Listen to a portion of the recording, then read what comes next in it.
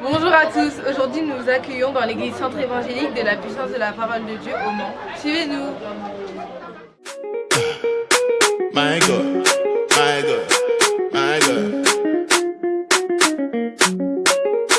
Say I Amen. Nous devons toujours le déclarer.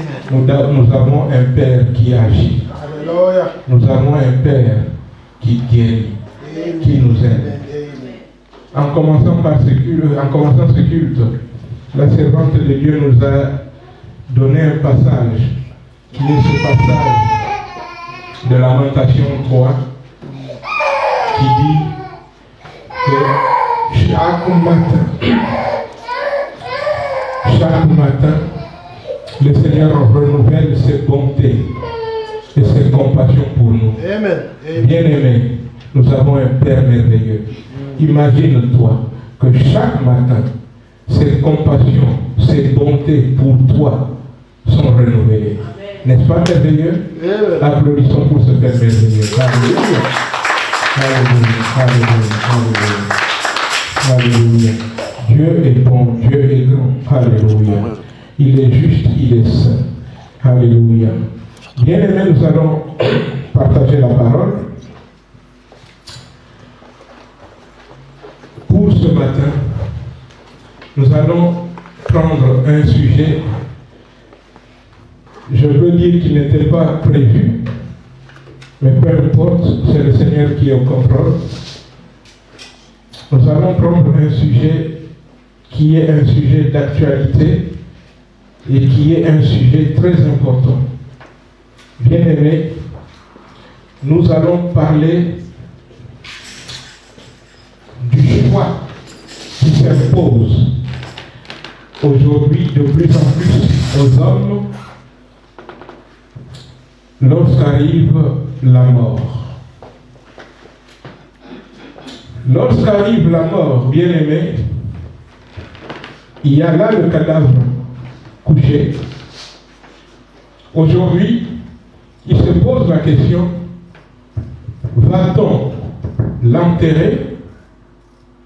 Va-t-on l'incinérer? C'est une question qui se pose de plus en plus. Il est vrai que au milieu de nous, beaucoup ne connaissent pas forcément ce problème, ou sûrement ne l'envisagent pas. Mais depuis que nous sommes en Europe, pour la plupart, nous voyons ce choix se poser. Et au milieu de nous, il y a des couples mixtes, donc ce problème peut se poser. Au milieu de nous, il y a des Européens, ce sujet peut se poser. Mais qu'en dit le Seigneur? Amen. Amen. Bien-aimé, qu'est-ce que le Seigneur dit? Qu'est-ce que nous devons faire? Qu'est-ce que tu dois faire avec ton corps? Qu'est-ce que tu dois faire? C'est un sujet très important. C'est pourquoi nous allons le partager à la lumière de la parole de Dieu. Amen. Donc c'est plus un enseignement qu'on va faire aujourd'hui. Je vais essayer de l'écouter, mais de le circonscrire. Mais avant cela, le temps que à la technique on regarde,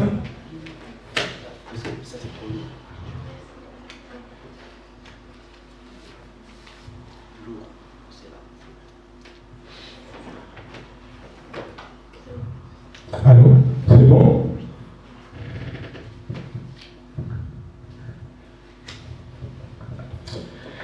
Voilà, mes bien-aimés,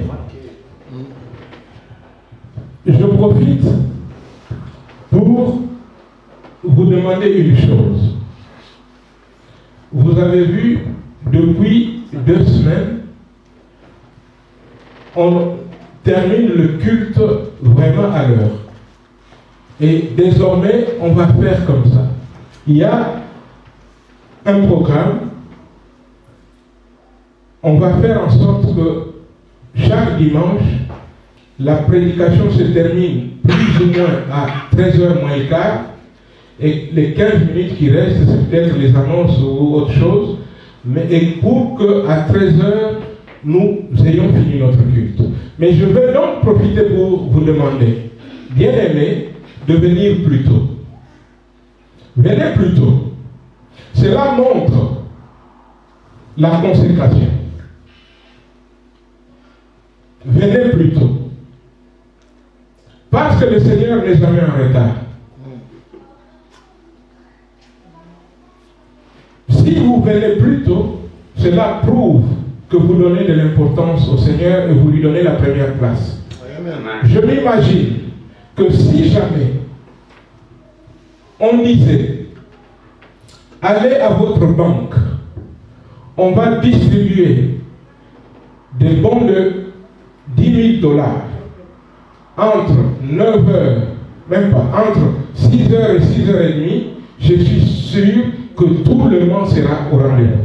Tout à fait. C'est clair. Parce que tout le monde va se dire, je vais vite, j'ai quelque chose à gagner. Mais ici, vous avez plus qu'à gagner. Amen. Amen. Amen. Venez plus tôt. Amen. Amen. Quand on était dans le sud, le Seigneur nous conduisait deux fois à démarrer le culte par la prédication. Ici, on ne l'a pas encore fait. Mais imaginez-vous, vous venez parce que vous vous dites peut-être que oui, à cette heure-ci, oui, on chante, on loue d'abord, on adore, et puis telle heure, oui, maintenant on commence à... Voilà, maintenant, ça va être la prédication. Non. Quand on est conduit par le Saint-Esprit, on peut même avoir un culte sans prédication. Je vous invite, venez tôt. Le culte démarre à 10h30, c'est déjà, vous avez beaucoup de temps. Le culte pouvait commencer à 9h. Mais à 10h commence l'intercession. On était tellement en retard aujourd'hui que nous avons commencé l'intercession. Nous avons pris 10 minutes à 10h25. De 10h25 à peu près à 10h35. Parce que nous tous, nous étions en retard. Je n'incrimine personne, mais juste je vous demande, venez tôt. Que le Seigneur soit béni. Amen. Amen. Alléluia. Je vais vous demander, bien aimé, à vous mettre debout. Nous allons lire la parole de Dieu et nous allons partager ce que le Seigneur met sur notre cœur. Alléluia. Pour sa gloire, que son nom soit béni. J'ai pris rapidement quelques notes sur ce sujet, donc, mais je sais qu'on va être conduit et le Seigneur fera ce qu'il veut. À lui soit la gloire. Bien aimé, le premier texte que nous allons prendre, c'est le texte de 1 Corinthiens, chapitre 6. Nous allons lire deux versets, le 19 et le 20. 1 Corinthiens, le micro-baladeur, il est là ou pas? Est-ce qu'il fonctionne? C'est pour qu'on puisse m'aider à lire, parce que, oui, il peut être là au milieu. S'il marche, donne même à la sœur. Voilà. 1 Corinthiens 6, le 19 et le 20.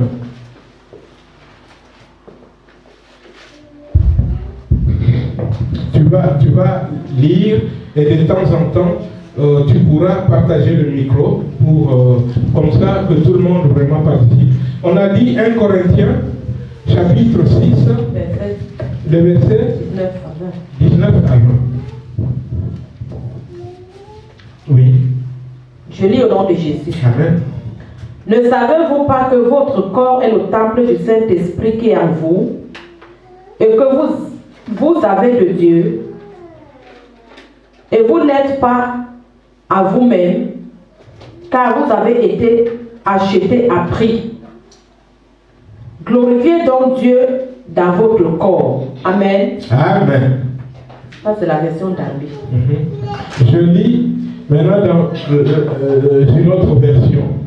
La Bible dit, ne savez-vous pas que votre corps est le temple du Saint-Esprit qui est en vous que vous avez reçu de Dieu et que vous ne vous appartenez point à vous-même, car vous avez été rachetés à un grand prix.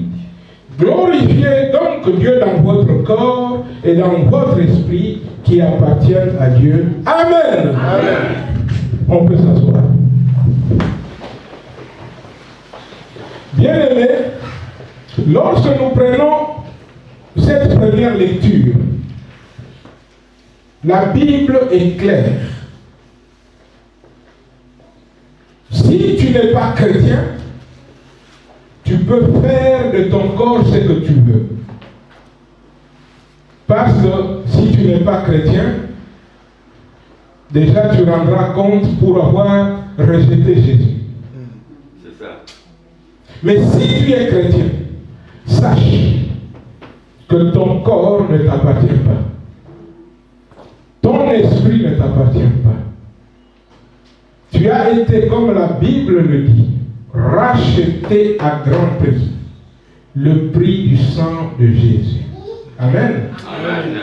Bien-aimé, tu es le temple du Saint-Esprit. Tu ne t'appartiens pas. Si tu ne t'appartiens pas, tu ne peux pas faire n'importe quoi de ton corps. Parce que ton corps n'est pas à toi. Est-ce que c'est clair? Parce qu'il faut que cette base soit déjà dans nos têtes. Ton corps n'est pas à toi. Tu as été racheté.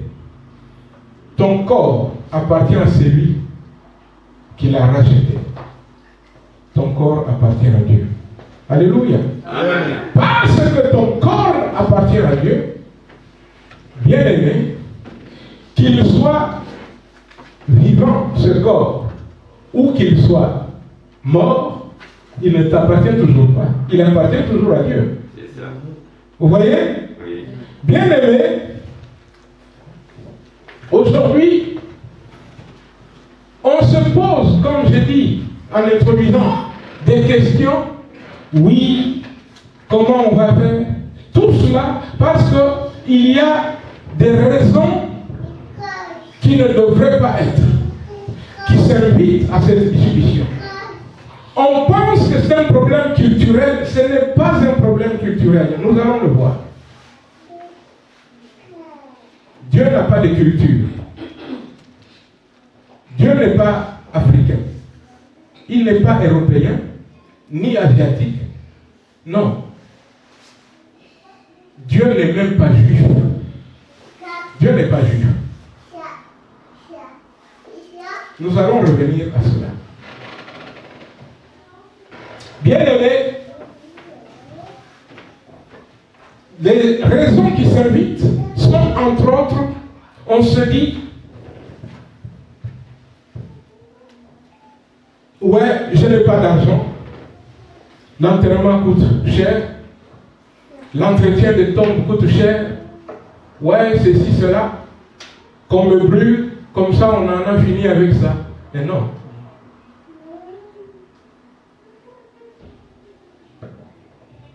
Même si nous vivons dans un monde entaché par le péché, la raison pour laquelle Jésus est venu, c'est pour ôter le péché du monde. Amen. Et faire de nous des enfants de Dieu. Même si nous habitons dans ce monde, il a plu à Dieu de décréter que l'homme a été tiré de la poussière. Il doit redevenir poussière, et je parle du corps. Vous comprenez, mes bien-aimés? C'est la volonté de Dieu. Regardons cela, ma soeur Hortense. Prends la parole de Dieu, on va dans Genèse 3, au verset 19. Genèse 3, verset 19.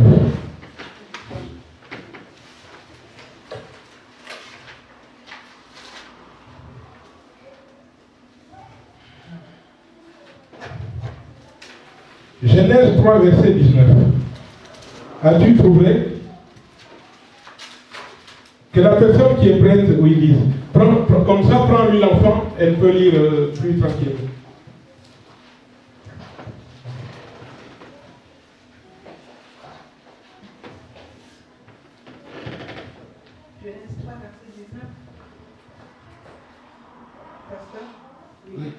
Oui, Genèse 3, 19. Je lis au nom du Seigneur. Amen. C'est à la sueur de ton visage que tu mangeras du pain, jusqu'à ce que tu retournes dans la terre d'où tu as été pris. Car tu es poussière et tu retourneras dans la poussière. Amen. Si Dieu a décrété que tu es poussière et tu retourneras à la poussière, tu dois retourner à la poussière. Si toi tu décides d'aller à l'encontre de ce que Dieu a dit, c'est cela qu'on appelle le péché.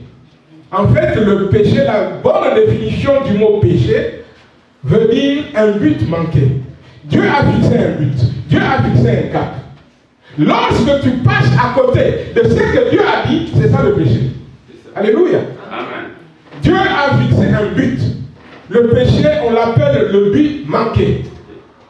Chaque fois que la volonté de Dieu est là et que toi tu passes à côté, tu as péché. Dieu déclare, tu es poussière. Tu retourneras à la poussière. Quelle que soit la raison qui a poussé Dieu à le dire, mais Dieu l'a déclaré. Et donc, si tu t'arranges à ne pas retourner dans la poussière, tu as enfreint ce que Dieu a dit. Tu as péché. On va dire les choses très clairement pour que ça soit très clair dans nos têtes. Vous comprenez, mes bien-aimés? Je vous ai dit tout à l'heure que Dieu n'était pas chinois, ni ivoirien, ni américain, ni australien. Dieu est Dieu. Qu'on ne me dise pas que c'est un problème culturel, ce n'est pas, Dieu n'a pas de culture. Vous comprenez? C'est ça. Enfin, pas comme nous. La culture de Dieu, c'est Dieu. Mais ce que Dieu veut, c'est ça. Et le chrétien, sa culture, c'est la Bible. Amen. Alléluia. Amen. Ta culture, ce n'est pas les baoulés, la culture des baoulés, la culture des balouba, la culture de Tchétchène, la culture. Non. Tu dois faire ce que dit la parole de Dieu. Alléluia. Amen. Bien-aimé, nous l'avons dit. Ton corps appartient à Dieu. Nous avons dit ce que Dieu a dit. Mais regardons maintenant comment Israël a obéi à cela. Le premier exemple, nous n'allons pas en prendre beaucoup pour être circoncis et clair. Le premier exemple que nous allons prendre, c'est celui d'Abraham lui-même. Amen. Amen. Et pour cela, regardons dans la Bible, dans Genèse au chapitre 23. Genèse au chapitre 23. Et là aussi, lisons un seul verset. Chaque fois, nous pourrions commenter le contexte, si le temps le permet. Mais prenons un seul verset. On a dit Genèse chapitre 23, le verset 4. Que dit la parole de Dieu? Qui va lire?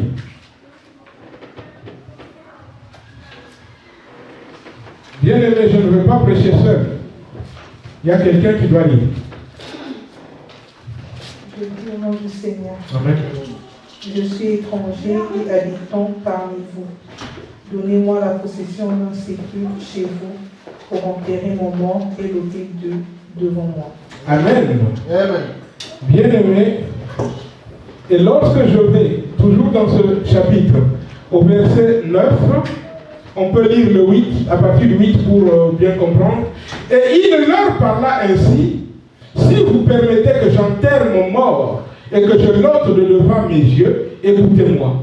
Et priez pour moi, Ephron, fils de Trophar, de me céder la caverne de Macpéla, qui lui appartient à l'extrémité de son champ, de me la céder contre sa valeur en argent, afin qu'elle me serve de possession sépulcrale au milieu de vous. Amen. Amen. Bien-aimé, Abraham est là. sa femme est décédée. Le corps de Sarah est là. Que fait Abraham?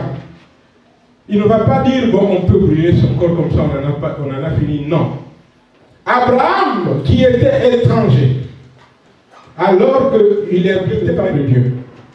Voilà qu'Abraham va trouver ces gens. Il va leur dire, vendez-moi un morceau de terre. Vendez-moi pour que j'enterre ma femme.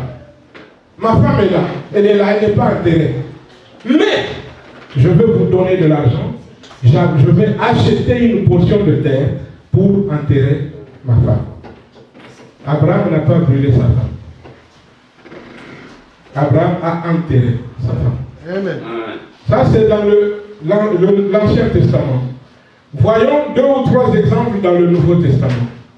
Prenons, mes bien-aimés, le premier exemple dans Jean chapitre 11, le verset 17. Jean chapitre 11, le verset 17. Qui va lire? Jean chapitre 11, verset 17.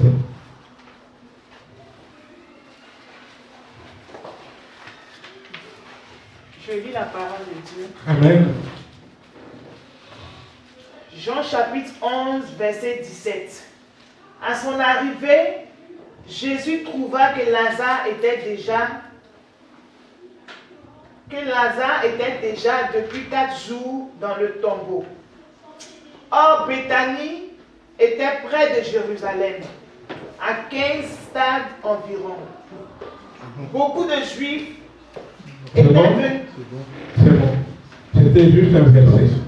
Vous voyez le bien-aimé? Lazare est mort. Qu'est-ce qu'ils ont fait les Juifs? Ils ne l'ont pas brûlé. Ils l'ont enterré. Amen. Amen. Bien-aimés, regardons Marc 6. Marc chapitre 6, au verset 29.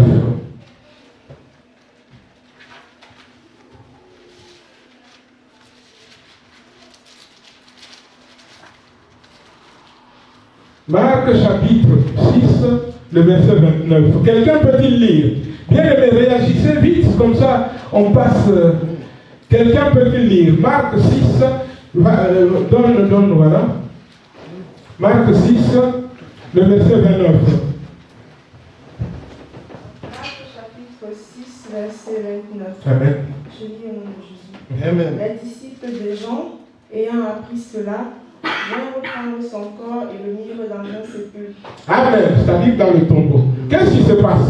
Jean-Baptiste, pour sa droiture, Jean-Baptiste a été décapité. On lui a coupé la tête. Bien aimé. Et là, on nous dit ce qui s'est passé après. Les disciples de Jean viennent chercher son corps. Pas pour l'incinérer, c'est-à-dire pas pour le brûler, mais pour aller l'enterrer. Je précise qu'alors que ce corps était même déjà décapité, mais ils ne l'ont pas incinéré. Ils sont allés l'enterrer. Alléluia. Vous voyez, les Juifs, c'est ce qu'ils faisaient. Nous avons vu ce que Dieu a fait. Nous avons vu ce que les Juifs ont fait. Et prenons encore deux exemples de Juifs. Regardons dans Étienne, la mort d'Étienne, dans Acte 8, les 2 premiers versets. Non, prenons juste le deuxième, parce que le premier, c'est là où on nous dit que Paul lui-même a assisté à cela. Le deuxième, le verset 2.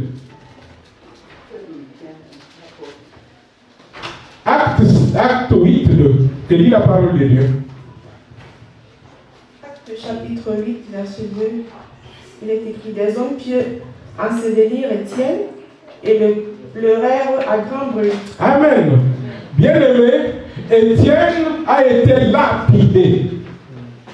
On a tué Étienne comme on tue un chien, à coups de pierre, à cause de la méchanceté des hommes. Les hommes ont tué Étienne avec des pierres. Qu'est-ce qui s'est passé? on est venu prendre le corps d'Étienne. On a pleuré.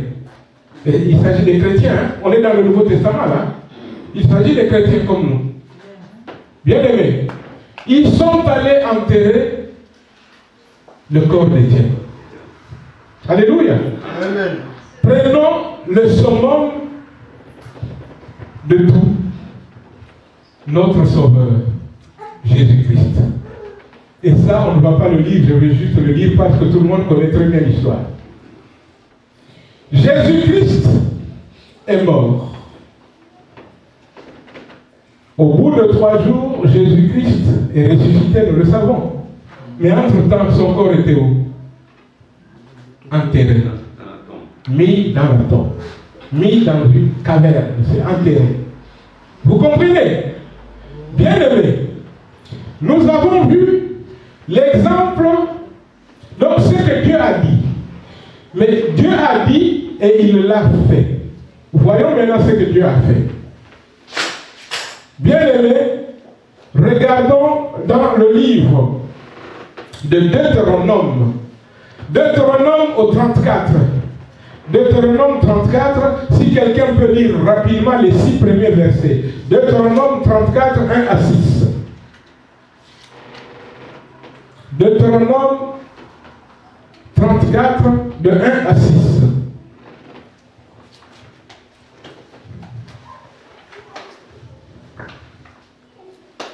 Qui peut lire la parole de Dieu? Je lis la parole de Dieu.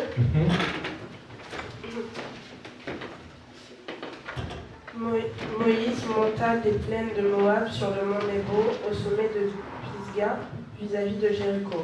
Et l'Éternel lui fit voir tout le pays, Galade jusqu'à Dan, tout Nephtali, le pays d'Éphraïm et de Manassé, tout le pays de Juda jusqu'à la mer occidentale, le Midi, les environs du Jourdain, la vallée de Jéricho, la ville des palmiers jusqu'à Tsoar. L'Éternel lui dit, c'est là le pays que j'ai juré de donner à Abraham, à Isaac et à Jacob en disant, je le donnerai à ta postérité. Je te l'ai fait voir de tes yeux, mais tu n'y entreras point. Moïse, le serviteur de l'Éternel, mourut là, dans le pays de Moab, selon l'ordre de l'Éternel. Et l'Éternel l'enterra dans la vallée, au pays de Moab, vis-à-vis de Beth-Péor. Amen. Bien-aimés, écoutons bien. On a précisé une chose qui était importante. Nous avions dit, dès le début, que Dieu n'avait pas de culture comme la culture des hommes. Dieu n'est pas, belge pour faire comme les Belges font. Et s'il était italien, il ferait comme les Italiens font. Non. Dieu est Dieu, au-dessus de tout, le créateur de toutes choses. Dieu a dit, tu es poussière, tu dois redevenir poussière. Qu'est-ce qui se passe ici? C'est le temps où Dieu va reprendre son serviteur Moïse. Dieu dit à Moïse de monter, d'être seul, parce que c'est Dieu seul qui devait l'enterrer. Qu'est-ce qu'il a fait là? Dieu a enterré Moïse. Bien-aimé, si la Bible prend le soin de le dire, ce n'est pas pour rien. On pouvait ne pas nous le dire. On aurait peut-être dit, mais on ne sait pas. Mais Dieu, qu'est-ce qu'il a fait? Il l'a enterré. Il a mis en terre le corps de Moïse. Dieu l'a dit, il l'a fait. On a vu l'exemple des Juifs de l'Ancien Testament. On a vu l'exemple des premiers chrétiens. On a vu l'exemple suprême de Jésus. Les choses sont déjà claires. Bien-aimés, détrompez-vous. Que personne ne vous dise le contraire. On ne doit pas incinérer un corps. On doit l'enterrer. C'est Dieu qui nous en montre le chemin. Amen.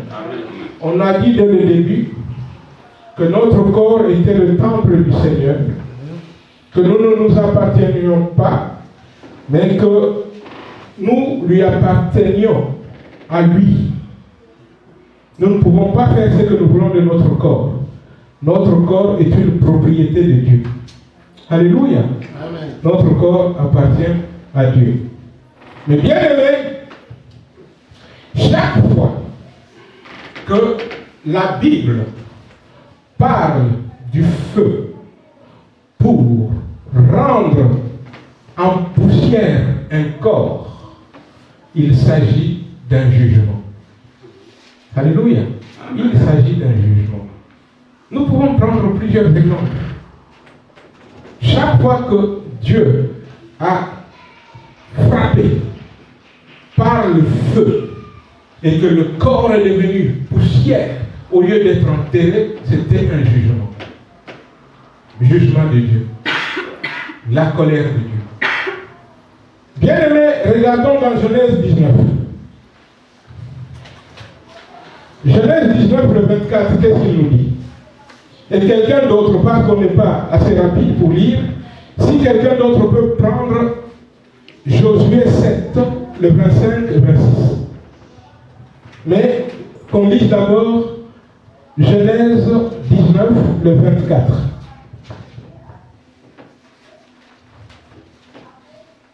Qui va lire?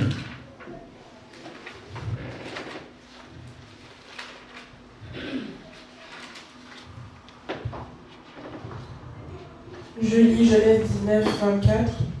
Alors l'Éternel fit pleuvoir du ciel sur Sodome et sur Gomorrhe du soufre et du feu de par l'Éternel. Alléluia. Bien-aimé, alors l'Éternel fit pleuvoir du ciel sur Sodome et sur Gomorrhe du soufre et du feu de par l'Éternel. L'Éternel a voulu que ces gens connaissent la mort et que leur corps soit rendu en cendres, parce qu'il y avait un jugement de Dieu sur Sodome et Gomorrhe. Amen. Qui a trouvé Josué 7, le 25 et le 26? Josué 7, 25, 26. Je lis la parole de Dieu. Amen. Josué dit, combien tu nous as rendus exécrables. L'Éternel te rend exécrable en ce jour. Tout Israël lui jeta des pierres. On les brûla et on les lapida. Au verset 26. On dressa sur lui le grand tas de pierres, toujours excitant, et l'Éternel revint de son ardente colère.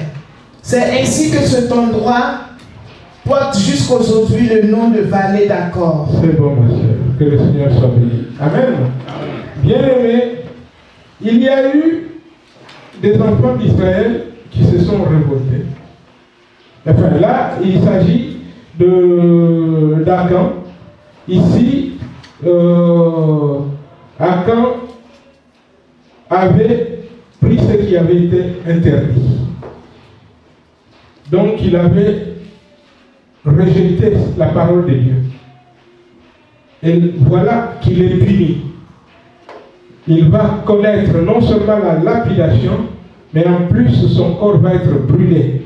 Qui a ordonné que cela soit fait? Dieu. Parce que c'était un jugement. Amen. Amen. Nous-mêmes, nous n'avons pas à prendre cette décision-là. Quand Dieu la prend, il s'agit d'un jugement. Amen. Les choses doivent être très claires. Regardons dans Lévitique. Lévitique au chapitre 20, le verset 14. Et quelqu'un d'autre peut prendre Nombre, chapitre 16. Nombre, chapitre 16, je dirais. Mais si quelqu'un peut ouvrir la Bible sur Nombre. Qui a trouvé déjà Lévitique 20, le 14? Lévitique 20, verset 14. Si un homme prend pour femme la fille et la mère, c'est un crime. On les brûlera au feu, lui et elle, afin que ce crime n'existe pas au milieu de vous. Amen. Bien-aimé, si un homme, pour être plus clair, cherche les charmes d'une maman et après de sa fille, tous consentant, et elle et lui, c'est un crime, dit Dieu. La sentence que Dieu a donnée ici, c'est quoi? Qu'il soit brûlé. Donc, tous. Et elle au pluriel, et lui. C'est le jugement de Dieu. Dieu qui a dit que les corps doivent être enterrés, il lui arrive, quand c'est un jugement, de déclarer que ça passe par le feu. Un jugement de Dieu. Si toi, tu te mets à la place de Dieu pour faire ce que Dieu dit quand il juge, que moi aussi je veux être brûlé, c'est qu'il y a usurpation de pouvoir. Tu prends la place de Dieu pour décider. Tu n'as pas à décider. Ce que Dieu a dit pour toi, tu es poussière, tu dois redevenir poussière. Amen. Bien aimé, regardons ici le dernier verset, la dernière lecture pour cette portion. On a dit Nombre, chapitre 16. Qui a trouvé déjà Nombre 16?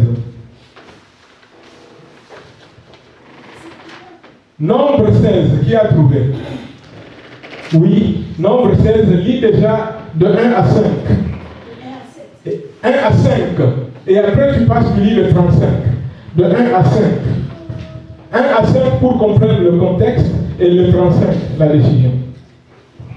Je lis Nombre 16, verset 1 à 5. Corée, fils de Gizar, fils de Kéa, fils de Lévi, se révolta avec Dathan et Ibiram, fils d'Eliad, et On, fils de Pélet, tous trois fils de Ruben.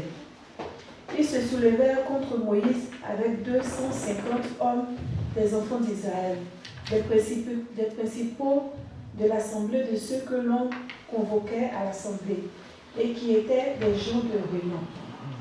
Ils s'assemblèrent contre Moïse et Aaron, et leur dit, c'en est assez, car toute l'assemblée, tous sont saints et l'Éternel au milieu d'eux. Pourquoi vous élevez-vous au-dessus de l'assemblée de l'Éternel? Quand Moïse eut entendu cela, il tomba sur son visage. Il parla à Corée et à toute sa troupe en disant, demain l'Éternel fera connaître qui est à lui et qui est saint. Et il le fera approcher de lui et il fera approcher de lui celui qu'il choisira. Verset 35. Un feu sortit d'auprès de l'Éternel et consuma les 250 hommes qui offraient le parfum. Amen. Amen. Bien aimé, ici, il y a une partie d'Israël qui s'est révoltée contre Dieu, contre Moïse. Bien aimé, Corée et toute sa bande, ils se sont révoltés. Qu'est-ce que Dieu fait? Bien aimé, la punition c'est quoi? Le feu tombe. Ils vont mourir. C'est un jugement. Vous voyez, chaque fois, il s'agit d'un jugement. Résumons jusqu'à présent. Nous avons dit ceci. La volonté de Dieu, d'abord, c'est que tu ne t'appartiens pas, toi qui es là, chrétien. Ton corps n'est pas à toi. Ce n'est pas à toi de décider. C'est au propriétaire de décider. Le propriétaire, c'est Dieu. Ton corps lui appartient. Dieu a dit, il t'a tiré de la poussière, tu redeviendras poussière. Il s'agit de l'enterrement. Dieu l'a dit, Dieu a enterré Moïse. On voit dans Israël, c'est ce qu'il faisait. Premier Ancien Testament. On vient dans le Nouveau Testament, les premiers chrétiens, c'est ce qu'ils ont fait. Jean-Baptiste enterré, Étienne enterré, tous enterrés, Jésus lui-même enterré. Si dans la Bible, on nous montre chaque fois l'exemple de Jésus, c'est pour nous donner l'exemple suprême à suivre. Alléluia. L'exemple suprême à suivre. Un corps doit être enterré, pas incinéré, pas incinéré. Bien aimé. Maintenant, nous pouvons nous poser la question.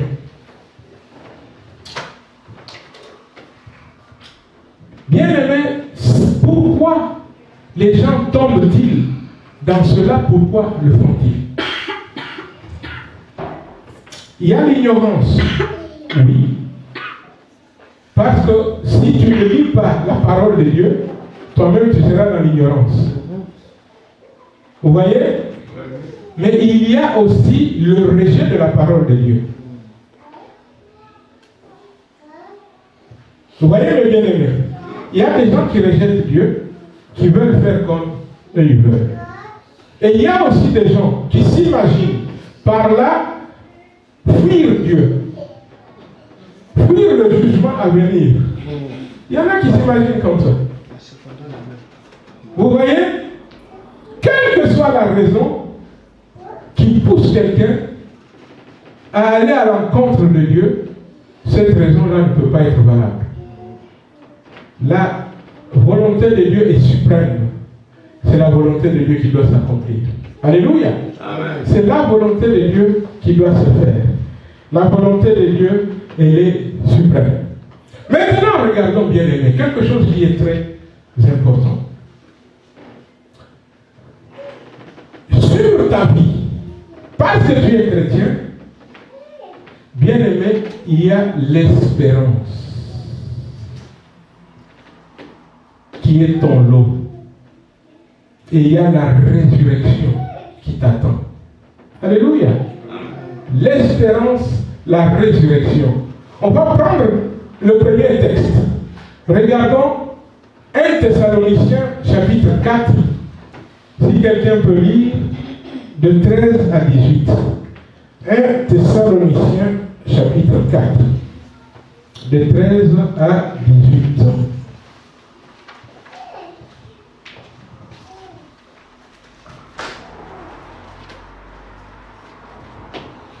Quelqu'un a-t-il trouvé?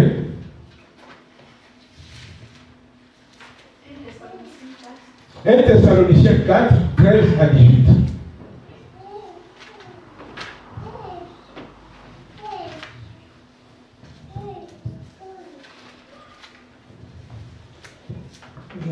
Amen.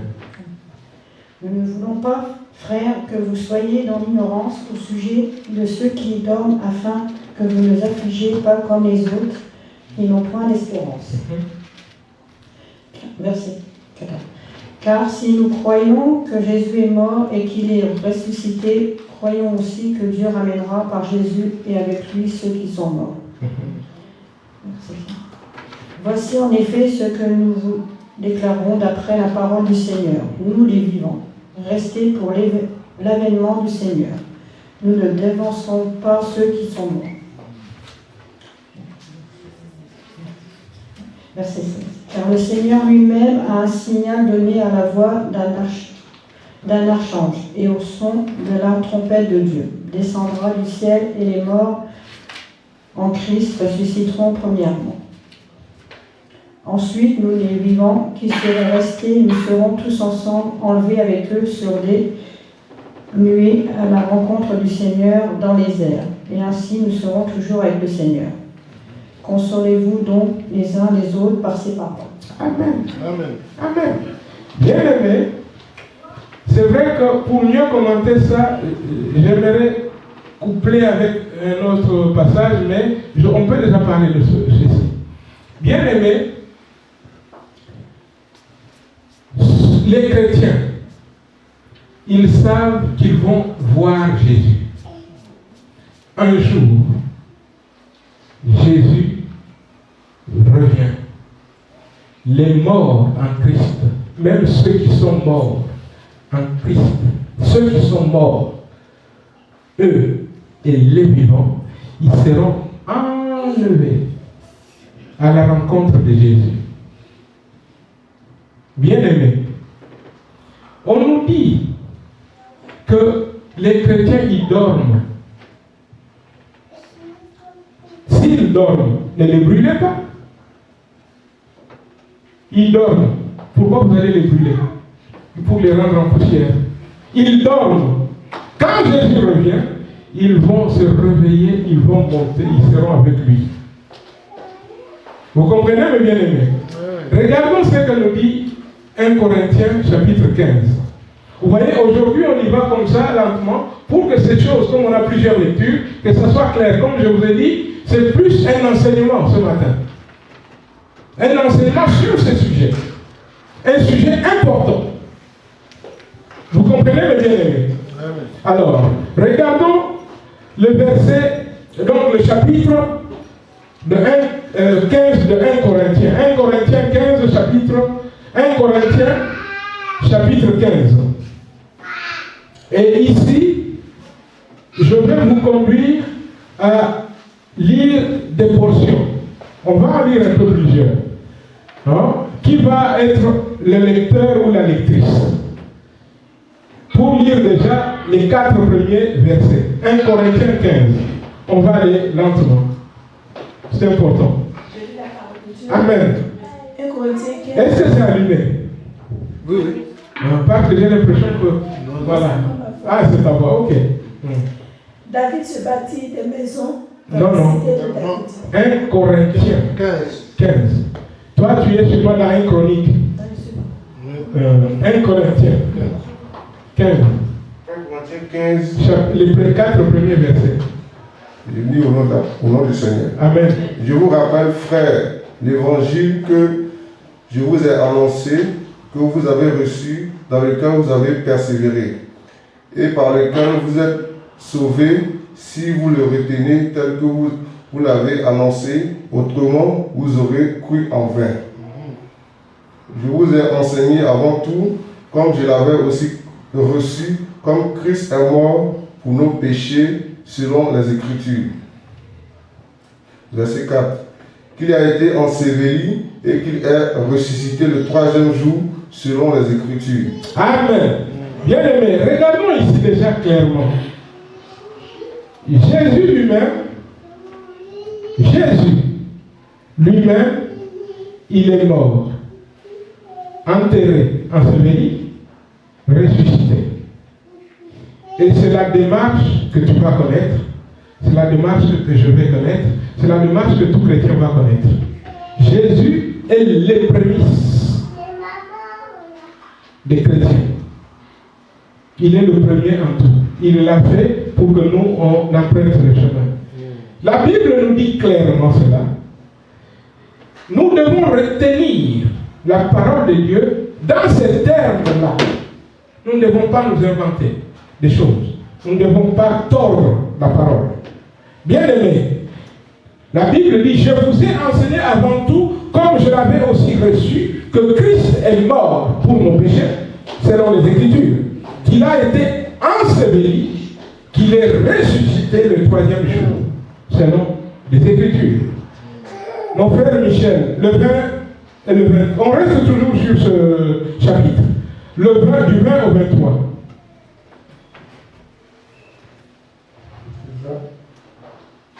Au 23, je lis selon le Seigneur. Mais maintenant, Christ est ressuscité des morts. Il est les prémices de ceux qui sont morts. Car, puisque la mort est venue par un homme, c'est aussi par un homme qu'est venue la résurrection des morts. Verset 22. Et comme tous meurent en Adam, de même aussi tous revivront en Christ. Verset 23. Mais chacun a son rang. Christ comme prémisse, puis ceux qui appartiennent à Christ lors de son avènement. Amen. Amen. Bien-aimés, ceci nous dit, en un mot, que nous allons suivre le chemin tracé par Christ. Alléluia. Amen. Vivant, il est mort. 3 jours après, ressuscité. Et vivant pour toujours maintenant. Amen. Vous voyez? Donc, lorsque tu fais la volonté de Dieu, que tu t'attaches à Dieu, tu marches avec Dieu, voilà ton chemin. Tu n'as pas à enfreindre la loi comme nous l'avons vu. Tu n'as pas à en faire à ta tête, mais à faire la volonté de Dieu. Regardons maintenant Michel, le 35, du 35 à 38, toujours dans le même chapitre, du 35 à 38. Je lis la parole au nom du Seigneur. Verset 35. Mais quelqu'un dira, comment les morts ressuscitent-ils et avec quel corps reviennent-ils? Verset 36. Insensé, ce que tu sèmes ne reprend point vie s'il ne meurt. Verset 37. Et ce que tu sèmes, ce n'est pas le corps qui naîtra, c'est un simple grain de blé peut-être ou de quelque autre sémence. Verset 38. Puis Dieu lui donne un corps comme il lui plaît, et à chaque sémence, il donne un corps qui lui est propre. Amen. Bien-aimés, retenez bien cette portion parce qu'on va y revenir. Bien-aimé, tu es mort. Enterré, tu vas revenir à la vie. Vous voyez? Et regardez les termes qui sont utilisés ici. On dit au 36, ce que tu sèmes ne reprend point vie s'il ne meurt. Et ce que tu sèmes, ce n'est pas le corps qui naîtra, c'est un simple grain de blé pour peut-être ou d'une autre semence. Bien aimé, on nous dit que ton corps est une semence qui doit aller en terre.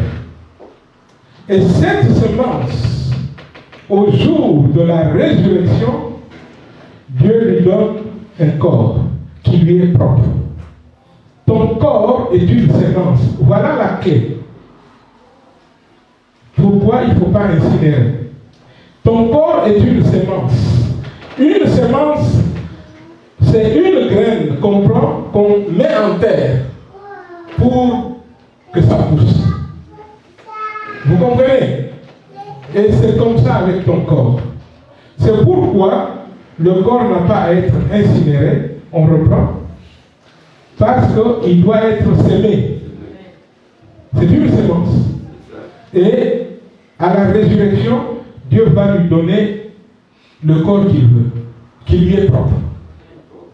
Amen. Amen. C'est ça, c'est là est très clair, nous allons y revenir. Avec un autre verset, vous allez voir. Mais Michel, on continue, 42-44. Verset 42 à 44, je lis au nom du Seigneur. Ainsi en est-il de la résurrection des morts. Le corps est sémé corruptible, il ressuscite incorruptible. Verset 43. Il est sémé méprisable, il ressuscite glorieux. Il est sémé infirme, il ressuscite plein de force. Verset 44.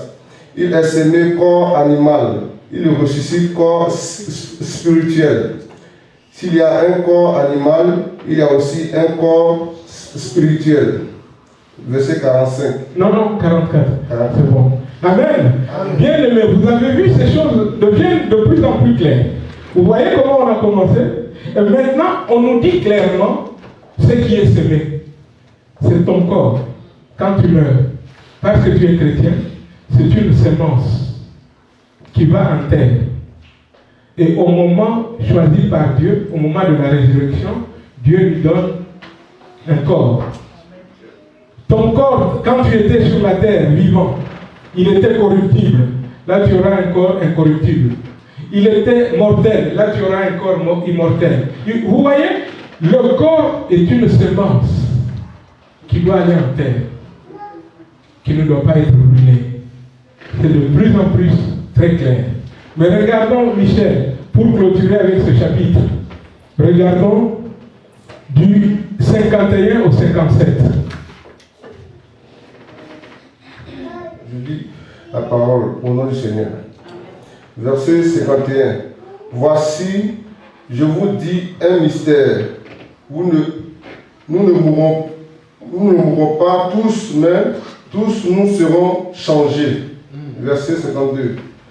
En un instant, en un clin d'œil à la dernière trompette, la trompette sonnera et les morts ressusciteront incorruptibles et nous serons changés. Verset 53.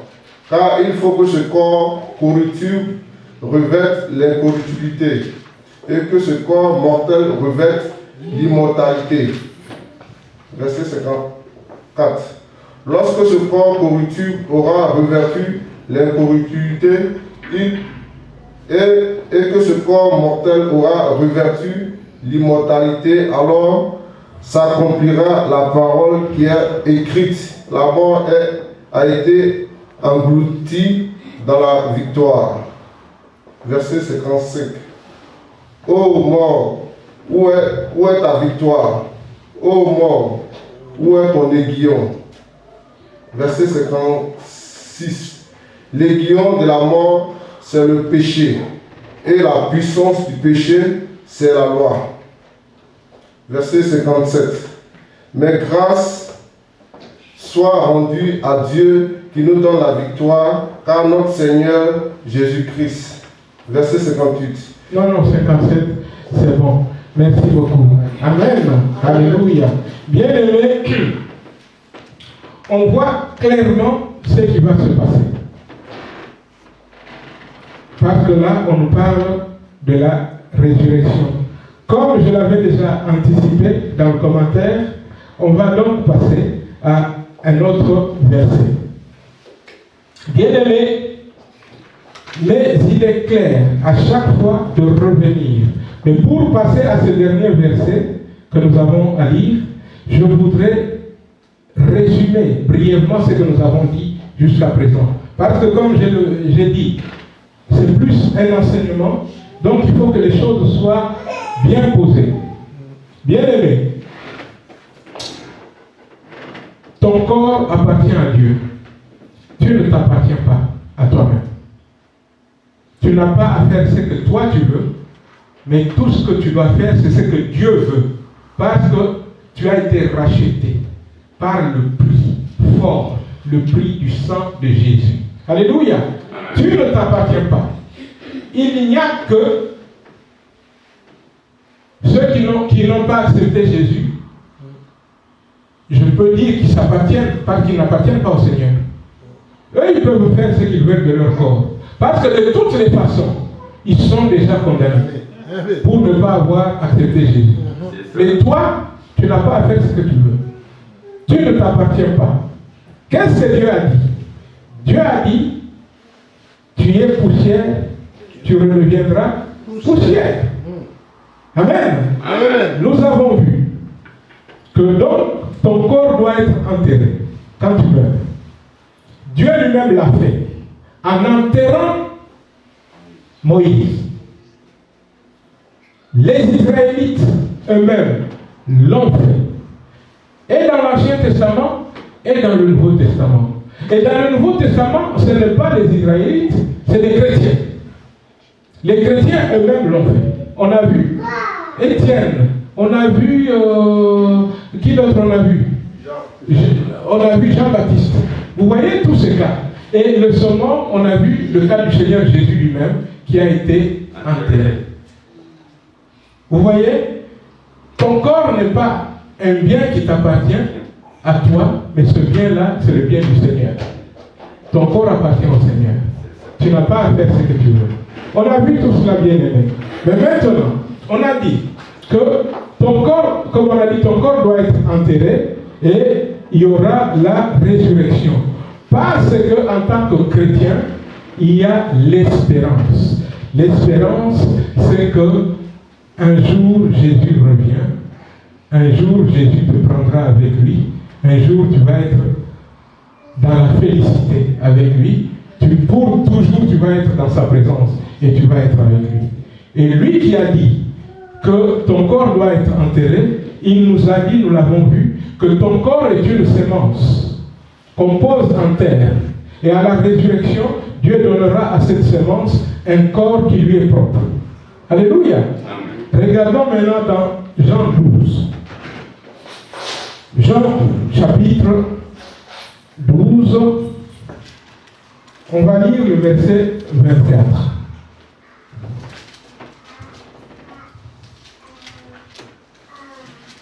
Jean 12, verset 24. Il dit au nom du Seigneur. En vérité, je vous le dis, si le grain de blé qui est tombé en terre ne meurt, il reste seul. Mais s'il meurt, il porte beaucoup de fruits. Amen. Bien aimé, qu'est-ce que Jésus lui-même dit? Il nous parle de la semence.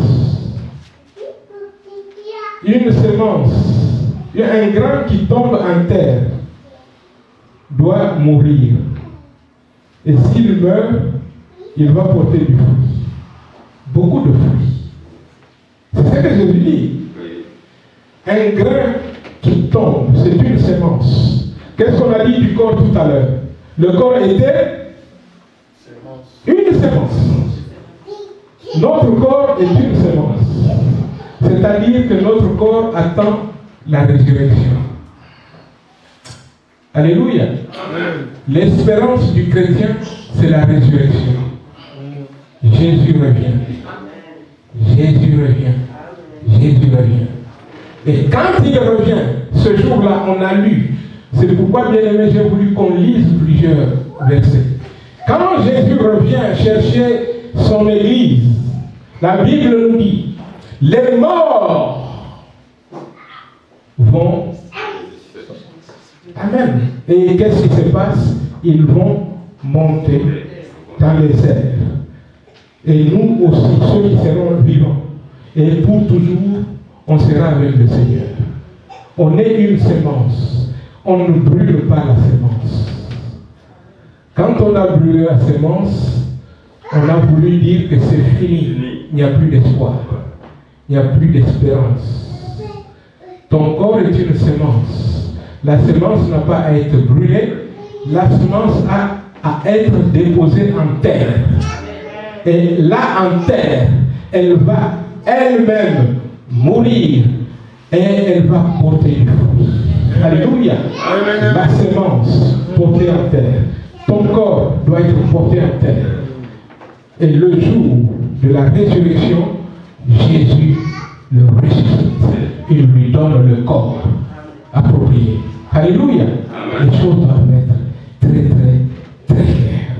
Alléluia. Bien-aimé, si une semence n'a pas été déposée en terre, cette semence, et si elle ne meurt, elle ne peut porter du fruit. La semence portée en terre, mourir, porter du fruit.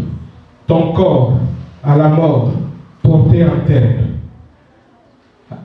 Au jour de la résurrection, la vie. Parce que en toi, il y a la semence de la vie. La semence qui porte la vie. Parce que tu as accepté le Seigneur, la vie éternelle est en toi. Alléluia. Amen. Oh oui, bien-aimé. Tu es porteur de la vie éternelle. Tu es porteur de la vie éternelle. Quand Jésus a ressuscité Lazare, qu'est-ce qui s'est passé?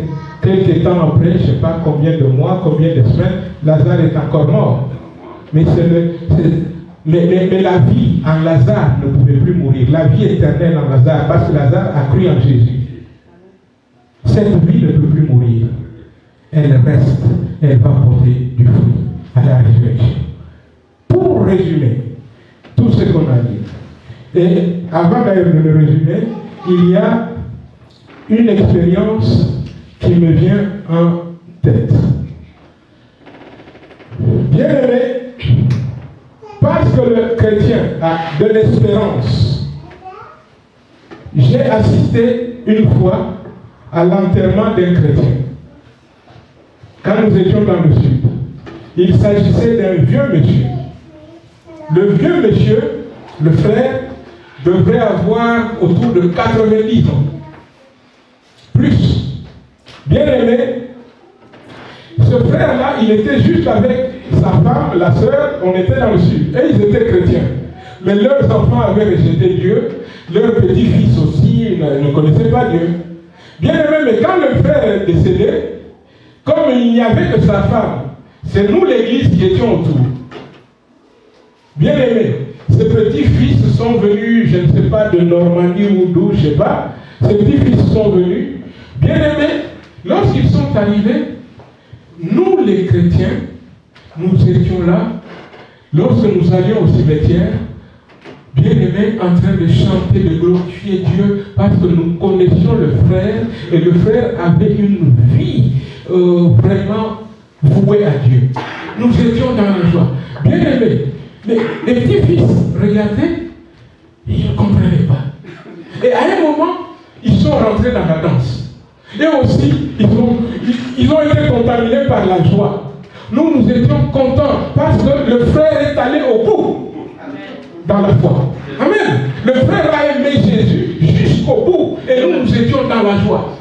Bien aimés. Au départ, ces petits-fils nous regardaient un peu comme... Mais après, ces petits-fils, même ne connaissant pas le Seigneur, après ils nous ont dit merci. Pourquoi? Parce qu'ils nous ont dit, nous sommes venus pour enterrer notre papy, mais ce n'était pas un enterrement, c'était une fête. Nous avons compris qu'il y a la joie en vous. Amen. Amen. Bien aimé, Jésus a dit des chrétiens qui sont morts, ils dorment. Amen. Alléluia. Ils dorment parce qu'ils vont être réveillés. Il y a l'espérance. Il y a l'espérance. À mon expérience que je viens de raconter, je vais maintenant associer l'expérience de ma femme pour opposer. Ma femme, il y a eu dans le sud toujours une sœur qui est venue, elle était encore jeune dans la foi. Une sœur, une mamie, hein? Mais sa fille déjà priait avec nous. Déjà, le groupe de sœurs priait beaucoup pour sa mère, et puis un jour, sa mère s'est donnée au Seigneur. Mais c'était presque à la fin de sa vie. Bien aimé, quelques jours après, la sœur est décédée. Et il fallait donc aller jusque... accompagner ce cas jusqu'au bout. Et le jour de l'enterrement, nous on croyait que c'était l'enterrement. On dit non, ces enfants, on dit incinération. Elle va être incinérée. En bon, elle va être incinérée. Ah, ce n'était pas facile pour nous. Mais ma femme, avec je ne sais pas, 2 ou 3 autres frères, elles ont choisi d'accompagner la fille de la sœur décédée et elles sont allées jusque là où, donc comment on appelle ça, au crématorium. Bien aimé, et l'expérience de ma femme quand elle est revenue, elle m'a dit c'était horrible. Vous êtes là, vous avez amené le cercueil, on met le cercueil là. En plus, il y avait une vitre, comme un spectacle, on vous met dans de beaux fauteuils, et puis, à un moment, comment ça s'appelle, le cercueil passe juste dans le feu, ça fait un bruit. Bien aimé, ma femme est venue me dire, on sentait la présence des démons. On sentait, c'était horrible. Bien aimé, pour dire, ceux qui veulent incinérer leur mort, comme on l'a vu, ils vont à l'encontre de la volonté de Dieu, ils ne connaissent pas Dieu, ils rendront des comptes, et bien aimé, nous n'avons pas à faire cela. Nous n'avons pas à faire cela. Nous avons l'espérance. Notre espérance, c'est la résurrection. Alléluia. Nous savons que Jésus revient. Nous savons que Jésus nous prendra avec lui. Et nous serons dans sa joie. Nous serons dans la félicité. Nous avons la vie éternelle. Quand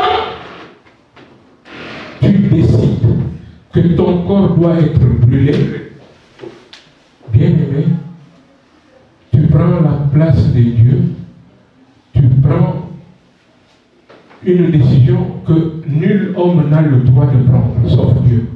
Comme on a vu, mais que chaque fois que Dieu a pris cette décision, c'était un jugement. Qui es-tu, toi, pour juger? Qui es-tu même pour te juger, toi? Si tu te juges, ce que tu te dis, il n'y a plus d'espoir. Mais nous savons que même à la dernière minute, à la dernière seconde, un homme qui respire encore peut se donner à Dieu. Alléluia. Nous avons l'espérance. Ne vous laissez pas avoir.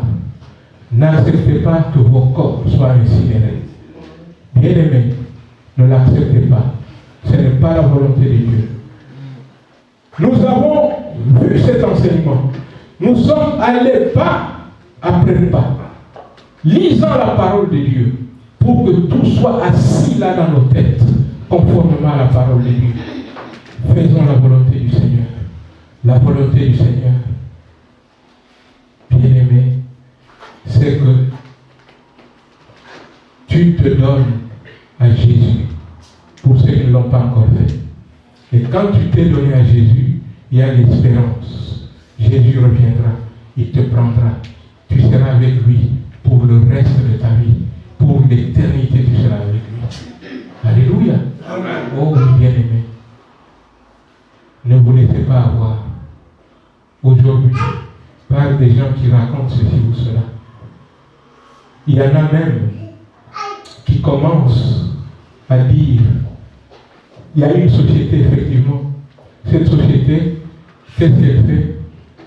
Je ne sais pas s'il y en a plusieurs aujourd'hui, mais il y avait une à l'époque dans le monde. Cette société prend les cendres qui ont été recueillies dans l'urne, elle vous propose de faire de ces cendres-là un diamant.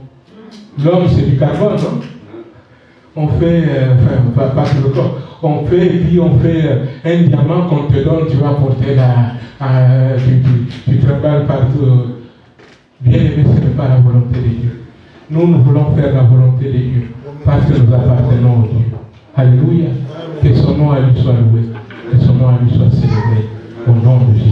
Amen. Applaudissons.